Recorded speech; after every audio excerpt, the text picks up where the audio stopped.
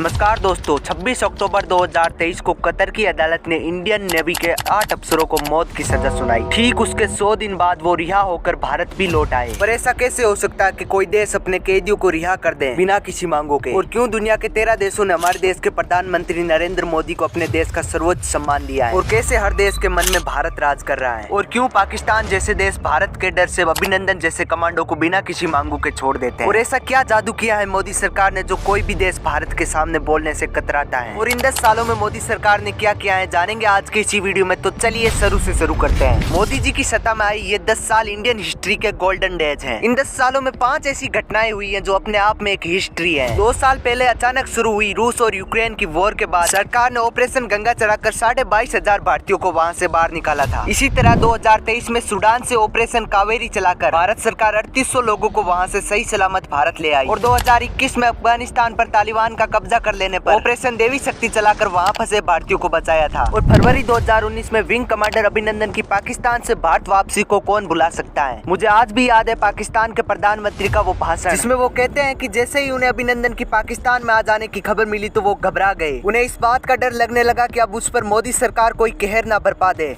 हाँ, मैंने कल शाम को कोशिश की नरेंद्र मोदी को कॉल करूं, क्योंकि हम ये क्लियर करना चाहते थे कि हम किसी किस्म की एस्केलेशन नहीं चाहते। हिंदुस्तान का पायलट हमने पकड़ा हुआ है।